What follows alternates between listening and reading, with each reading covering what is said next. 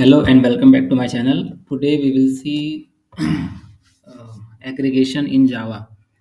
So aggregation क्या होता है, जैसे कि हमने इनहेरिटेंस में पढ़ा था. इनहेरिटेंस क्या होता है? Is a relationship. जो इनहेरिटेंस होता है वो इज अ रिलेशनशिप, जैसे कि हमने एग्जांपल में देखा था. आप देख सकते हैं यहाँ पे. जैसे कि employee has programmer is a employee. Programmer is a employee, तो उसके लिए हम यहाँ पर उसको यूज़ करने के लिए एक्सटेंड कीवर्ड यूज़ करते हैं. सब क्लास होता है, सुपर क्लास होती है. और हम इसको कोड रीयूजिबिलिटी के लिए इसको हम यूज़ कर सकते हैं, ताकि हमको बार बार एक ही कोड लिखना ना पड़े. तो रीयूजिबिलिटी भी हो जाती है इनहेरिटेंस से. ठीक है. तो थोड़ा सा अलग है, मतलब लेकिन सिंपल सा है. लेकिन तो एग्रीगेशन क्या होता है? Has a relationship. एग्रीगेशन क्या होता है? Has a relationship. अगेन ये जो यूज़ होता है वो कोड रीयूजिबिलिटी के लिए इसका एप्लीकेशन होता है, मतलब हमको एक ही कोड बार बार ना लिखना पड़े, तो हम क्या यूज़ करेंगे? एग्रीगेशन. तो एग्रीगेशन क्या होता है? एग्रीगेशन क्या होता है? अगर कोई क्लास को हम एज अ एंटिटी रेफरेंस अगर उसको यूज़ करते हैं, तो उसको हम क्या बोलते हैं? एग्रीगेशन. हमने एग्रीगेशन की एक एग्जांपल भी देखा था, जहाँ पर हमने दिस कीवर्ड के यूसेज देखे थे. तो उसको अभी हम अच्छे से पढ़ेंगे कि वो जो थे वो एग्रीगेशन था. वो क्या था? एग्रीगेशन. तो किसी क्लास को हम एज अ एंटिटी रेफरेंस, मतलब एंटिटी मतलब किसी चीज़ का रेफरेंस के लिए हम उसको यूज़ कर रहे हैं क्लास को, तो वो क्या होता है? उसको हम क्या बोलते हैं? एग्रीगेशन. तो एग्रीगेशन क्या होता है? Has a relationship. Has a relationship. जैसे कि यहाँ पर मैंने एक एग्जांपल डाला, सर्कल नाम की क्लास है, उसमें 3-4 ऑपरेशन हो रहे हैं. और ऑपरेशन नाम की एक और क्लास डाला, और उसमें 2 मतलब एक वेरिएबल और एक मेथड मैंने क्रिएट किया. तो क्या बोल सकते हैं उसको हम? जैसे कि सर्कल हैज़ एन ऑपरेशन. इसको हम क्या बोलेंगे? जैसे कि जब ये एरिया नाम का मेथड कॉल हुआ, और उसमें मैंने ऑपरेशन को एज एन एंटिटी बनाया रेफरेंस के लिए, तो मैं क्या बोल रहा हूँ? Circle has an operation of square, या circle has an operation of area. ठीक है. सर्कल हैज़ एन ऑपरेशन, तो हैज़ अ ऑपरेशन, सर्कल का कोई ऑपरेशन है जिसको मैंने वहाँ पे डिफाइन किया. हम अच्छे से प्रोग्राम में देखेंगे.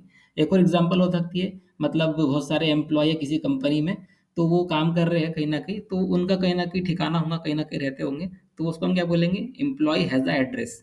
तो एड्रेस क्या हो गया? ये एग्रीगेशन हो गया एम्प्लॉय के लिए. ठीक है. तो एम्प्लॉय हैज़ अ एड्रेस, तो एड्रेस में क्या क्या आ गया? उसका जगह का नाम आ गया, मतलब उसकी शहर, उसका स्टेट, उसका कंट्री, उसका पिन कोड. तो देखो इसमें अलग अलग चीज़ें आ गई, मतलब हाउस नंबर हो गया, पिन कोड हो गया, ये इंटीजर हो गया, फिर उसका सिटी का नाम वो स्ट्रिंग हो गया, और उसके स्टेट और कंट्री का नाम वो भी स्ट्रिंग हो गया. तो मतलब अलग अलग चीज़ जो है वो एक एड्रेस में आ गई. तो हम एड्रेस को क्या यूज़ कर रहे हैं? As a reference. एड्रेस को हम क्या यूज़ कर रहे हैं? As a reference for employee class. Employee class के लिए हम इस क्लास को, मतलब एड्रेस भी एक क्लास है, एम्प्लॉय भी एक क्लास है. तो एड्रेस जो क्लास है उसको हम एज अ रेफरेंस यूज़ कर रहे हैं. तो employee has a address, has क्योंकि हैज़ एन, आमतौर पे इंग्लिश में क्या होना चाहिए? Has an. लेकिन क्या शो कर रहा है? Has a relationship. मतलब एम्प्लॉय का एड्रेस है. एम्प्लॉय का एड्रेस है. क्या एड्रेस है? जो भी एड्रेस है, तो उसको हम डिफाइन करेंगे.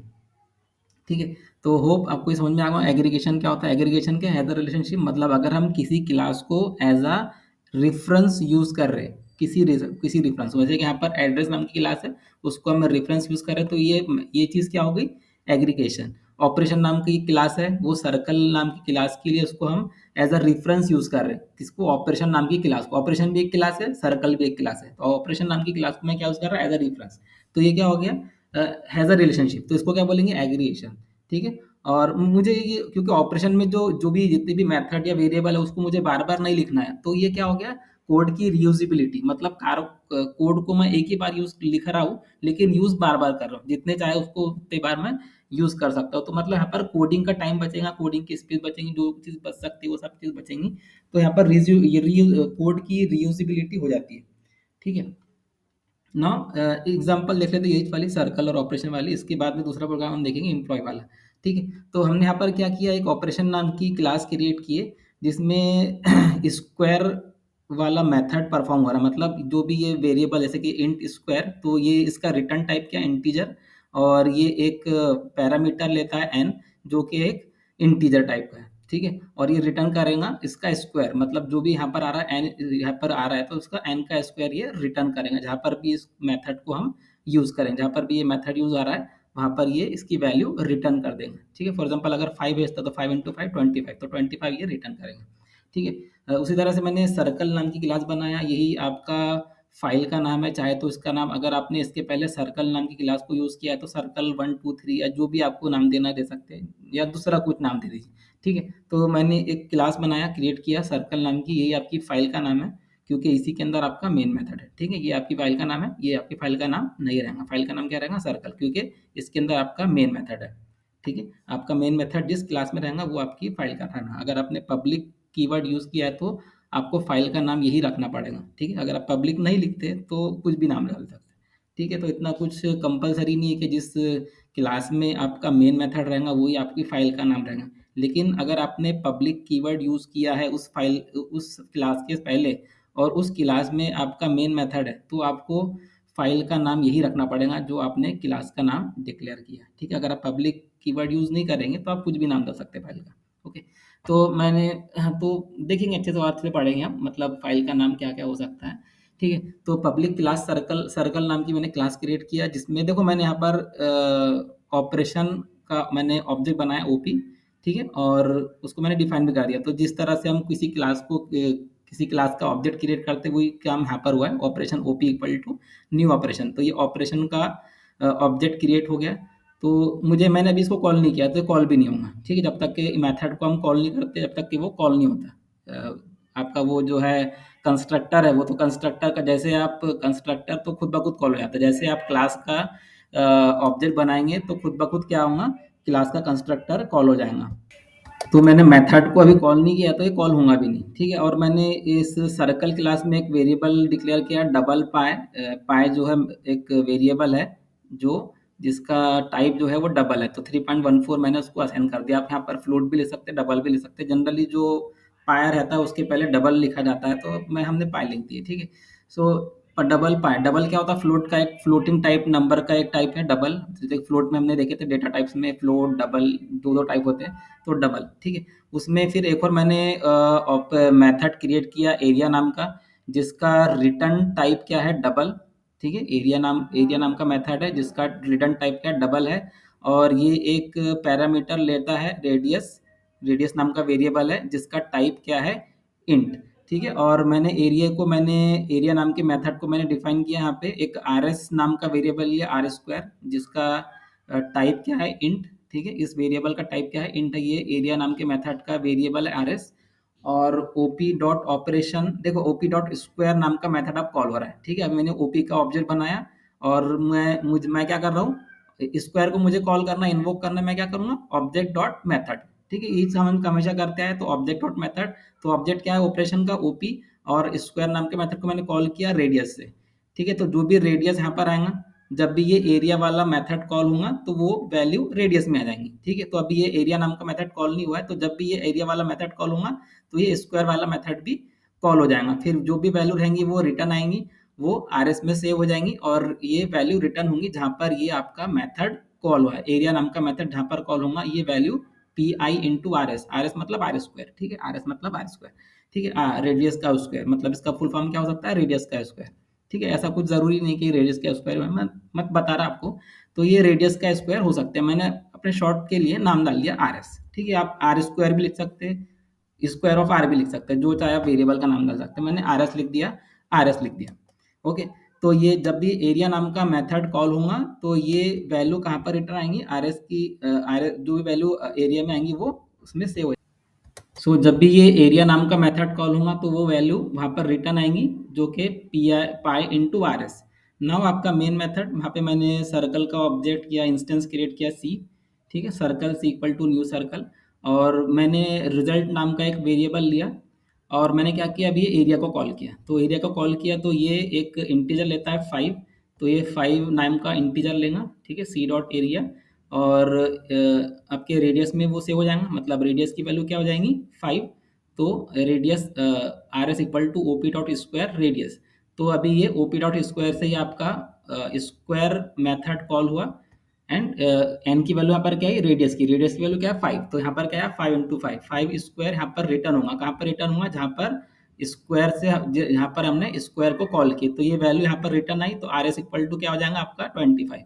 आर एस इक्वल टू क्या हो जाएगा? 25। और ये रिटर्न करेगा, ये एरिया रिटर्न करेगा पाई इंटू आर एस। तो पाई की वैल्यू क्या है? 3.14, यहाँ पर हमने डिफाइन किए। पाई की जो है वो स्टैंडर्ड वैल्यू भी होती है, हम आगे देखेंगे अच्छे से। तो अभी हम इसको ऐसा भी लिख सकते हैं, ठीक है? जो एक पाई नाम का वेरिएबल होता है, जावा के अंदर बिल्ट इन होता है, उसको भी हम यूज़ कर सकते हैं। अभी मैंने सिंप्लिसिटी के लिए सिर्फ यहाँ पर मैंने पाई को डिक्लेयर कर दिया 3.14, तो 3.14 इंटू 25 जो भी होता है 78.5 होगा वो। तो वो रिटर्न हुआ कहाँ पर, जहाँ पर ये एरिया मेथड कॉल हुआ। तो एरिया मेथड कहाँ पर कॉल हुआ, यहाँ पे, ठीक है? तो एरिया मेथड कॉल हुआ यहाँ पर 78.5 आया, वो वैल्यू कहाँ पर स्टोर हो गई, रिजल्ट के अंदर, ठीक है? वो वैल्यू किस में स्टोर हो गई, रिजल्ट में, जब ये मेथड कॉल हुआ, ठीक है? फिर उसके बाद में उसी के अंदर आर एस स्क्वायर इसको स्क्वायर वाला मेथड था वो कॉल हुआ, ठीक है? वो वैल्यू रिटर्न है 25, वो वैल्यू 25 स्टोर हो गई आर एस वेरिएबल में, और ये एरिया रिटर्न कर रहा पाई इंटू आर एस, जो कि 3.14 इंटू 25 देखो 78.5, तो 78.5 कहाँ पर जाएंगी, जहाँ पर ये आपका मेथड कॉल होगा। तो सी डॉट एरिया जो कॉल हुआ, इसकी वैल्यू यहाँ पर आ गई, मतलब 78.5 वो स्टोर होगी रिजल्ट में, और उसके बाद में वाली इंस्ट्रक्शन अपने आप एग्जीक्यूट होंगी, मतलब system dot out dot print करें, मतलब हमको डिस्प्ले करना है रिजल्ट। तो रिजल्ट की वैल्यू क्या है, 78.5। तो आपका प्रोग्राम का आउटपुट क्या आएगा, 78.5। तो यहाँ पर आप देख सकते हैं हमने एग्रीगेशन का यूज किया है, मतलब यहाँ पर क्या हो रहा है, circle has an operation, circle has an operation, हम क्या बोल रहे हैं, सर्कल हैज अ ऑपरेशन, तो हैज अ रिलेशनशिप, ठीक है? सर्कल का एक ऑपरेशन है जो कि जिसके अंदर स्क्वायर नाम का मेथड एग्जीक्यूट हो रहा है, ठीक है? तो इस तरह से हम एग्रीगेशन को यूज कर सकते हैं जावा में। तो जावा में ये क्या एग्रीगेशन, मतलब हम किसी क्लास को, देखो यहाँ पर हम क्या लिख रहे हैं, किसी क्लास को हम as a reference entity use कर रहे हैं, किसी क्लास को, देखो यहाँ पर हमने सर्कल के अंदर ही हमने इसको सर्कल नाम की क्लास में हमने यूज किया, और ये मेथड कॉल हो गया अपने आप। देखो इस मेथड को हमने कॉल किया ओपी डॉट स्क्वायर, ठीक है? तो ये क्या हो गया एग्रीगेशन। तो हम कोड को जो है रीयूज कर रहे हैं with the help of aggregation in Java. तो ये पहली एग्जांपल होगी एग्रीगेशन की। दूसरी एग्जांपल एम्प्लॉय वाली, ठीक है? एम्प्लॉय हैज अ एड्रेस, ठीक है? तो आप इस प्रोग्राम को दो तरीके से लिख सकते हैं, ये प्रोग्राम दो पेज का है ये, ठीक है? तो इस प्रोग्राम को आप जैसे आप दिख रहा है इस तरह भी लिख सकते हैं, मतलब आप एक फाइल क्रिएट करेंगे, आपका मेन मेथड कहाँ पे है, इसके अंदर im33 में, ठीक है? तो im33 में आपका ये मेन मेथड है। तो ये आपकी फाइल का नाम रहेगा पब्लिक क्लास im33। ये 33 क्यों लिखा, क्योंकि मेरा ये प्रोग्राम नंबर 33 है, ठीक है? इसलिए मैंने यहाँ पर 33 लिखा। यहाँ पर आप जो चाहे लिख सकते हैं, ऐसा नहीं कि आपको भी 33 लिखना पड़ेगा। तो क्योंकि नाम क्लास का नाम यूनिक होना चाहिए एक फोल्डर के अंदर, तो इसलिए मैंने im33 इसको नाम दे दिया, ठीक है? तो आपकी फाइल का नाम जो रहेगा वो im33 रहेगा, क्योंकि इसके अंदर आपका क्या है, मेन मेथड जिसमें रहता है वो आपकी फाइल का नाम रहता है, और उसके पहले अगर पब्लिक है तो आपको यही नाम आपको रखना पड़ेगा, अगर पब्लिक नहीं रहता तो आप फाइल का नाम कुछ भी लिख सकते हैं, ठीक है? तो im33 नाम की क्लास हमने यहाँ पर यूज़ की है, और देखो मैंने यहाँ पर एड्रेस ADDR आप कुछ भी लिख सकते हैं यहाँ पे। तो मैंने एड्रेस नाम की क्लास को यूज़ किया as a reference entity, address नाम की क्लास को मैंने यूज़ किया एज एन एंटिटी। अभी ये पहला मेथड है, मतलब दो तरीके से लिख सकते हैं। पहला तरीका मैं आपको पूरा समझा देता, दूसरा तरीका कुछ भी नहीं है, मत दो वर्ड बताऊंगा आपको समझ में आ जाएगा, ठीक है? तो एड्रेस ADDR, मतलब अभी मैंने क्या किया, एड्रेस का ऑब्जेक्ट बनाया ADDR करके, एड्रेस का ऑब्जेक्ट बना ADDR करके, ठीक है? आप ऑब्जेक्ट को इस तरह भी बना सकते हैं।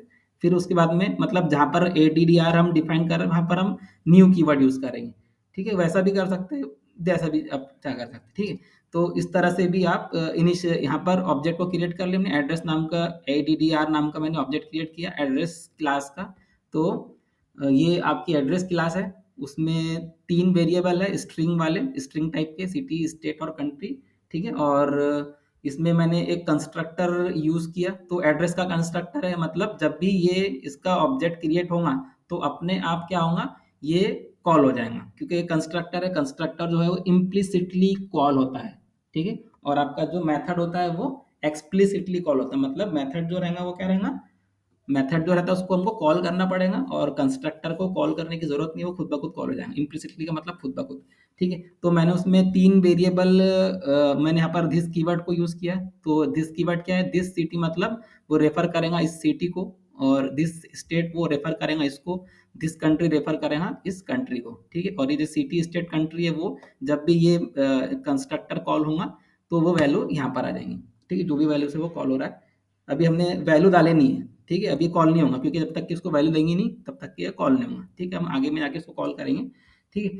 तो ये 3 वैल्यू आएँगी और वो वैल्यू ये इसके एड्रेस के रेफरेंस वेरिएबल में, इंस्टेंस वेरिएबल में कि स्टोर हो जाएँगी, ठीक है? और अब अ, मैंने यहाँ पर ये अपनी एम्प्लॉय M33 नाम की क्लास क्रिएट किया है और ये हमारा IMP33 का ये कंस्ट्रक्टर है। जब ये इसका कंस्ट्रक्टर क्रिएट होगा, IMP33 का ऑब्जेक्ट क्रिएट होगा, तो ये कंस्ट्रक्टर अपने आप कॉल होगा और ये जो दिस डॉट आईडी है, मतलब ये इसको रेफर करेगा। आईडी जो इस क्लास का इंस्टेंस वेरिएबल है, वो जो नेम दिस डॉट नेम, मतलब जो भी नेम यहाँ पर रहेगा वो इसको रेफर करेंगे और वो वैल्यू इसमें स्टोर हो जाएंगी। किसके अंदर? आईडी, नेम और एड्रेस, जो कि IMP33 का वेरिएबल है, इंस्टेंस वेरिएबल। IMP33 का जो एड्रेस वेरिएबल है, जो भी वैल्यू यहाँ पर आएंगी वो वैल्यू इसके अंदर स्टोर हो जाएंगी, वो वैल्यू इसमें स्टोर हो जाएंगी जब भी ये कंस्ट्रक्टर कॉल होगा या जब भी IMP33 का ऑब्जेक्ट क्रिएट होगा with the help of new keyword से। ठीक है, अभी इसका एड्रेस का ऑब्जेक्ट क्रिएट नहीं हुआ क्योंकि हमने न्यू कीवर्ड यूज नहीं किया। ठीक है, तो न्यू कीवर्ड से जब भी M33 का ऑब्जेक्ट क्रिएट होगा तो अपने आप ये इसका कंस्ट्रक्टर कॉल हो जाएगा। ठीक है, और IMP33 के अंदर ही मैंने एक डिस्प्ले नाम का मेथड क्रिएट किया है जिसका कोई रिटर्न टाइप नहीं, क्योंकि वॉइड लिखा हुआ है और कोई भी ये पैरामीटर नहीं लेता है। और उसमें एक दो मैंने डिस्प्ले वाले कोड लिखे हैं, system not out dot println. पहला वाला जो डिस्प्ले रहेगा वो आईडी और नेम बताएगा। आईडी और नेम मतलब जो ये आईडी और नेम आएगा, ठीक है, जो भी आईडी और नेम में स्टोर होगा with the help of this keyword. ठीक है, दिस कीवर्ड से जो भी आईडी और नेम में आएगा वो इसमें डिस्प्ले होगा। उसके बाद में system not print ADDR dot C T. ठीक है, अभी देखो हम देख सकते हैं यहाँ पर हमने सिर्फ एड्रेस को यूज किया एज अ रेफरेंस। एड्रेस नाम की क्लास को हमने एज अ रेफरेंस यूज किया और मैं एड्रेस नाम की क्लास के हर वेरिएबल को मैं यूज कर सकता हूँ अगर मैंने उसको रेफरेंस के लिए यूज किया। देखो मैंने यहाँ पर उसका रेफरेंस बनाया और मैं एड्रेस के सारे वेरिएबल को यूज कर रहा हूँ, ADDR dot city, ADDR dot state, ADDR dot country. मतलब मैं सिटी, स्टेट और कंट्री जो कि वेरिएबल, इंस्टेंस वेरिएबल है एड्रेस नाम की क्लास के, उसको मैं यूज कर सकता हूँ कहाँ पे? दूसरी दूसरी क्लास में जिसको मैंने रेफर किया। अभी मैंने अगर मैं उसको रेफर नहीं करता तो मैं उसको यूज भी नहीं कर सकता। पहले मैं उसको रेफर करूंगा फिर उसको यूज करूंगा, तो मैं उसको यूज कर सकता हूँ डायरेक्टली बिना इनिशियलाइज किए मैं उसको यूज कर सकता। तो यहाँ पर कोड की रीयूजिबिलिटी हो जा रही है, मतलब कोड को मुझे बार बार नहीं लिखना है। कोड एक बार लिखा हुआ है, मैं दूसरी क्लास में उसको डबल से यूज कर रहा हूँ। ठीक है ना, आपका ये फिर मेन मेथड है जहाँ पर मैं एड्रेस का ऑब्जेक्ट बनाया, एड्रेस 1, एड्रेस 2। और मैंने यहाँ पर क्योंकि एड्रेस नाम का जो कंस्ट्रक्टर है वो 3 स्ट्रिंग रहता है, तो यहाँ पर स्ट्रिंग के साथ आप जैसे कि पिन कोड भी डाल सकते हैं, इंट पिन कोड। ठीक है, इंट पिन कोड भी आप यहाँ पर ऐड कर सकते हैं, मैंने किया नहीं, आप भी कर सकते हैं। ठीक है, तो वहाँ पर एक वेरिएबल और एक पैरामीटर और ऐड हो जाएगा। ठीक है, तो जैसे कि नागपुर महाराष्ट्र इंडिया करके कॉल हुआ तो सिटी में आया नागपुर, स्टेट में महाराष्ट्र, कंट्री में इंडिया। ठीक है, तो ये वैल्यू स्टोर होगी एड्रेस के इन 3 वेरिएबल में। ठीक है, दिस डॉट सिटी से सिटी में स्टोर होगी, दिस डॉट स्टेट से स्टेट में महाराष्ट्र आ गया, दिस डॉट कंट्री से कंट्री में इंडिया आ गया। ठीक है, उसके बाद में मैंने दूसरा ऑब्जेक्ट बनाया, मतलब ये तो हमेशा से करते आ रहे हैं हम, ये इसमें कुछ नया नहीं है। हमने जैसे कि एड्रेस क्लास के 2 ऑब्जेक्ट बनाए, एड्रेस 1, एड्रेस 2। ये स्टैक में भी रहेंगे, एक के बाद एक स्टोर होंगे। एड्रेस 2 में जो है एड्रेस 2 में जो ऑब्जेक्ट बनेगा और जो मेथड कॉल होगा मुंबई महाराष्ट्र इंडिया, तो ये दूसरी मेमोरी में सिटी में मुंबई आ जाएगा दिस डॉट सिटी से। दिस डॉट सिटी से पहले यहाँ पर मुंबई महाराष्ट्र इंडिया आया, दिस डॉट सिटी से सिटी जो है, जो कि एड्रेस का वेरिएबल है, दूसरी मेमोरी में जाएगा। ठीक है, तो दूसरे वेरिएबल, दूसरे मेमोरी में सिटी में मुंबई, स्टेट में महाराष्ट्र, कंट्री में इंडिया। ठीक है, उसके बाद में अब क्या कर रहे हैं हम? अब मैं ये एम्प्लॉय का ऑब्जेक्ट बना, जब तक कि एम्प्लॉय का ऑब्जेक्ट बनाएंगे नहीं तो ये कंस्ट्रक्टर भी कॉल नहीं होगा, कंस्ट्रक्टर कॉल नहीं होगा। ठीक है, तो उसके बाद में वो डिस्प्ले मेथड को भी यूज नहीं कर सकते, तो डिस्प्ले को यूज करना है। डिस्प्ले क्योंकि मेथड है आपके IMP33 का। ठीक है, तो मुझे इसको यूज करना, तो पहले मुझे उसका ऑब्जेक्ट बनाना पड़ेगा। तो जितने चाहे ऑब्जेक्ट आप बना सकते हैं। मैंने 2 ऑब्जेक्ट बनाया, एक नागपुर के लिए, एक मुंबई के लिए। ठीक है, एड्रेस 1 के लिए और एक एड्रेस 2 के लिए मैंने 2 ऑब्जेक्ट बनाए, E1 न्यू IM33। तो IM33 जो कंस्ट्रक्टर है ये 3 पैरामीटर है इसके, आईडी, नेम और एड्रेस। तो ये पहले वाला इंट है, बाकी 2 जो है, बाकी दूसरा स्ट्रिंग है, तीसरा जो है एड्रेस टाइप का है। तो यहाँ पर मैंने यहाँ पे यूज किया एड्रेस क्लास को एज एन रेफरेंस। यहाँ पर स्ट्रिंग एज अ रेफरेंस है, यहाँ पर इंट एज अ रेफरेंस है। तो ये एड्रेस जो है क्लास है हमारी क्रिएट की हुई, उसको मैंने as a entity reference use किया। ठीक है, तो 111 जियान एड्रेस 1। तो एड्रेस 1 में क्या आएगा? ये 3 चीजें, सिटी, स्टेट और कंट्री। ठीक है, उसके उसी तरह ई टू जो रहेगा M33 का, उसमें क्या आएगा 112 शून्य और एड्रेस टू। ठीक है, और एड्रेस वन क्या है आपका, एड्रेस वन है आपका नागपुर महाराष्ट्र इंडिया, और एड्रेस टू है आपका मुंबई महाराष्ट्र इंडिया।